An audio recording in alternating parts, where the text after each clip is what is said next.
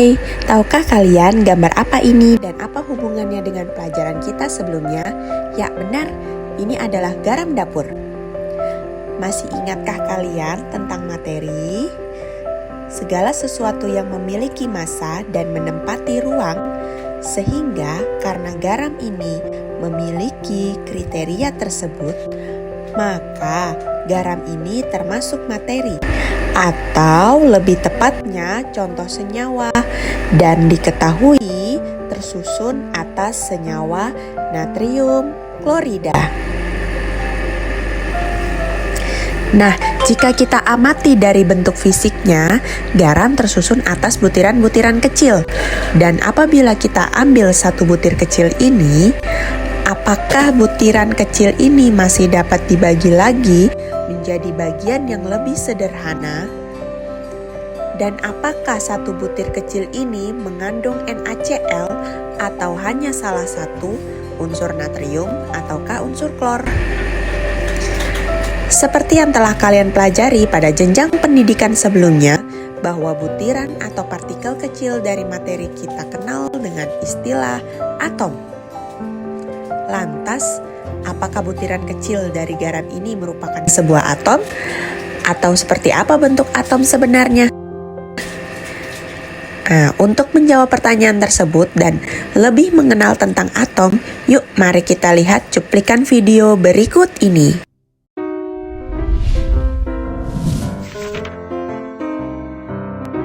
Aduh, pusing banget sih.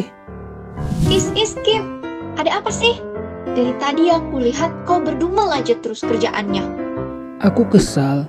Buat apa kan dia temukan ini atom? Kalau dulu atom gak ditemuin, kan kita jadinya gak perlu belajar tentang atom yang ribet ini. Gak ada manfaatnya juga. Jangan begitu dong. Mereka sangat berjasa buat perkembangan dunia sains loh. Harusnya kita bersyukur. Melalui para ilmuwan itu, kita bisa kenal dan belajar mengenai atom yang menakjubkan ini. Sepertinya kamu belum paham. Gini dulu deh, aku coba jelasin seberapa pentingnya atom dalam kehidupan kita sehari-hari ya. Atom bisa kita jumpai pada garam dapur, Kim. Jadi, garam dapur itu terbentuk dari adanya dua molekul atom yang saling berikatan, yaitu atom natrium dan atom klorin. Nah, selain itu Kim, masih banyak loh contoh lain seperti udara yang manusia hirup itu juga merupakan contoh atom loh, yaitu atom oksigen atau nitrogen. Kemudian ada juga nih Kim, yaitu perhiasan emas dan perak yang sering kita lihat, ternyata itu juga mengandung unsur atom, yaitu atom emas dan perak. Pokoknya masih banyak lagi deh Kim. Wah, aku baru tahu. Ternyata benda-benda di sekitar kita tersusun atas gabungan dari beberapa molekul atom. Tapi aku penasaran.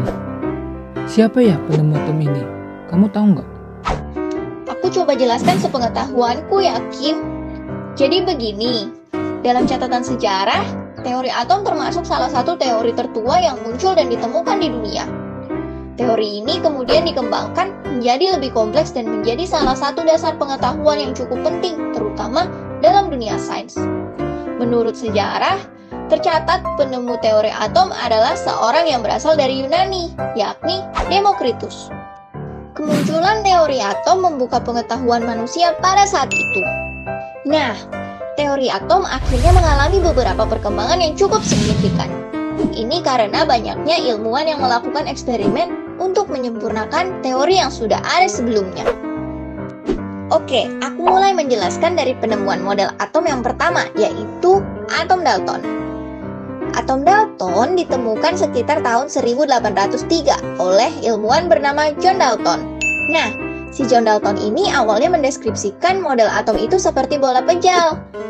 Dalton mengatakan kalau atom itu tidak dapat dipecah atau dihancurkan serta tidak dapat dibagi lagi menjadi partikel yang lebih kecil. Tapi teori ini belum sempurna. Ada beberapa sumber mengatakan kalau Dalton belum sempat meneliti partikel yang bisa menghantarkan arus listrik. Nah, teori model atom berikutnya muncul pada tahun 1909 yang kemudian dikenal dengan model atom Thomson. Seperti namanya, atom Thomson dikemukakan oleh J.J. Thomson pada tahun 1909. Nah, si J.J. Thomson pada teori ini kemudian menyatakan bahwa atom berbentuk bulat di mana muatan listrik negatif dan muatan listrik positif tersebar merata di dalam atom dan dinetralkan oleh elektron yang bermuatan negatif yang berada di antara muatan positif. Dan tahu nggak, Kim? Model atom yang dikemukakan oleh J.J. Thomson ini sering diumpamakan seperti kismis yang ada di dalam roti loh. Tentu kamu pernah lihat kan, Kim? Roti yang di dalamnya ada kismis yang tersebar. Wah, enak tuh. Roti kismis termasuk makanan favoritku loh. Nah, kayak gitu, Kim, model atom Thomson. Tapi nih, Kim, untuk model atom Thomson sendiri juga mempunyai suatu kelemahan. Teori ini nggak mampu menjelaskan susunan muatan negatif dan positif yang dimiliki oleh atom. Wah, sayang sekali ya Mia. Iya, Kim. Tapi melalui kelemahan-kelemahan itu, para ilmuwan mencoba untuk mencari dan menggali suatu hal yang lebih akurat. Sampai muncul teori model atom yang berikutnya, yaitu ketika ilmuwan yang bernama Rutherford sedang melakukan suatu percobaan. Dari percobaan ini, dia menyimpulkan bahwa atom terdiri dari inti atom yang terletak di bagian tengah dan bermuatan positif. Kemudian, inti tersebut dikelilingi oleh elektron yang bermuatan negatif. Tapi, teori dari Rutherford ini pun ternyata belum sempurna. Beberapa tahun, pada tahun 1913, ada ilmuwan bernama Niels Bohr yang mencoba memahami atom. Bohr memberikan gagasan bahwa elektron berputar pada orbitnya yang mengelilingi inti atom. Nah, orbit yang dimaksud ini adalah kulit atom. Teori ini juga menyatakan bahwa elektron berada pada orbit tertentu dapat berpindah-pindah. Elektron akan membutuhkan energi jika berpindah ke tingkat yang tinggi dan harus melepaskan energi jika kembali ke tingkat awalnya. Wah, ternyata banyak ya perkembangannya. Masih ada satu lagi nih. Dan ini teori model atom yang terakhir. Hal ini karena teori model atom ini paling sesuai dan sampai sekarang masih eksis dan dipakai.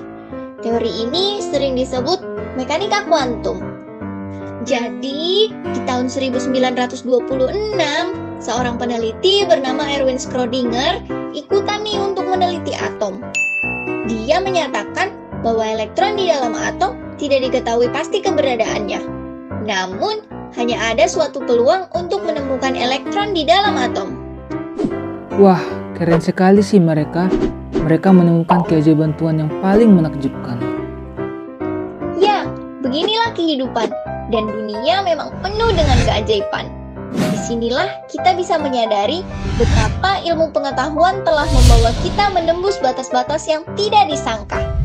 Yang terpenting, jangan berhenti bertanya, keep asking, and stay curious, karena itu semua dapat menjadi sesuatu yang baru yang tak pernah bisa kita bayangkan.